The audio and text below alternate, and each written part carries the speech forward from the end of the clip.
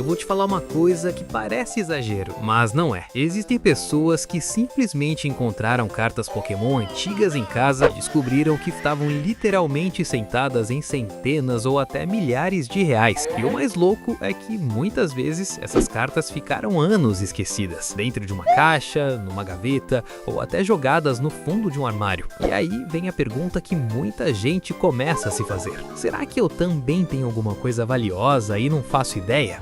Porque o universo do Pokémon Trading Card Game é muito mais profundo do que parece à primeira vista. Não é só um jogo, não é só nostalgia, é o mercado inteiro, com lógica própria, raridade, oferta, demanda e valores que às vezes parecem completamente absurdos. E hoje eu vou te mostrar 7 curiosidades que vão abrir completamente a sua mente sobre esse mundo. E fica até o final, porque a última pode te fazer levantar agora e ir procurar suas cartas. Pra gente começar com o pé direito, vamos direto ao extremo. A carta mais rara e valiosa já criada dentro desse universo se chama Pikachu Illustrator. E o que torna essa carta tão especial não é só a aparência, é a história por trás dela. Ela não foi vendida em loja, não veio em pacote, não dava para simplesmente comprar. Ela foi distribuída no Japão no final dos anos 90, como prêmio de um concurso de ilustração oficial. Ou seja, você precisava desenhar, participar e ainda ganhar. Isso automaticamente limitou a quantidade de cartas no mundo a um número extremamente pequeno. E quando você junta a escassez com demanda global, o resultado é explosivo. Hoje, uma dessas cartas já foi vendida por mais de 90 milhões de reais. E isso não é só sobre Pokémon. Isso mostra como colecionáveis funcionam. Quanto mais raro, mais desejado. E quanto mais desejado, mais caro. Nada ainda! Agora vamos entrar num território que parece até meio proibido. Existem cartas dentro do Pokémon Trading Card Game que basicamente não deveriam estar circulando. E isso acontece por vários motivos. Algumas surgem por erro de impressão, cores erradas, textos trocados, símbolos faltando. Outras são versões de teste, protótipos que foram feitos antes do lançamento oficial. O interessante é que, ao contrário do que muita gente pensa, erro não diminui valor. Na verdade, muitas vezes ele aumenta, porque transforma a carta em algo único. No Pokémon Trading Card Game, esse tipo de carta vira peça de colecionador, e quanto mais difícil de encontrar, mais alto pode ser o valor. É aquele tipo de coisa que parece defeito, mas na prática vira raridade. Agora eu quero te mostrar um detalhe que muita gente já viu, mas nunca parou para entender de verdade. Imagina que você pega uma carta e olha a numeração dela.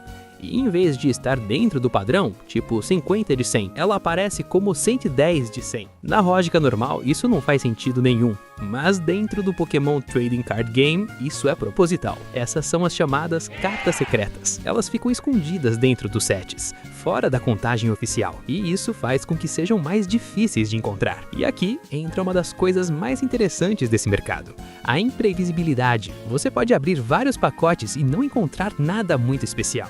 Mas também pode de repente puxar uma carta que vale muito mais do que todo o resto junto. E é exatamente isso que faz tanta gente se interessar por cartas. Não há só a coleção, é a chance de encontrar algo raro. Agora vamos quebrar um mito clássico. Se você já teve contato com cartas Pokémon, provavelmente já pensou isso em algum momento. Se é brilhante, é raro. Mas a realidade não é tão simples assim. Existem cartas com efeito holográfico que são relativamente comuns. Elas aparecem em coleções específicas, kits promocionais ou versões alternativas. E isso confunde muita gente, principalmente quem está começando. Porque visualmente a carta parece incrível, mas valor de mercado não é baseado só na aparência. Ele depende da raridade real, da distribuição e da procura. E entender isso é um divisor de águas. É o que faz alguém sair do nível iniciante e começar a realmente entender o jogo por trás das cartas. Agora a gente entra em um dos pontos mais importantes de todos: o estado da carta. Isso aqui sozinho pode multiplicar o valor de uma carta várias vezes, e não é exagero. Uma mesma carta pode ter preços completamente diferentes dependendo da condição. Se estiver riscada, amassada ou desgastada, o valor cai, mas se estiver praticamente perfeita, sem marcas, com bordas intactas, bem centralizada, ela pode alcançar valores muito maiores. E é aí que entram empresas como o PSA. Elas fazem uma avaliação profissional e dão uma nota para a carta. E uma carta avaliada como nota 10, que é o estado perfeito, pode valer várias vezes mais do que a mesma carta sem avaliação. Ou seja, não é só ter a carta certa, é ter a carta certa no estado certo. Agora, algo curioso que muita gente descobre só depois.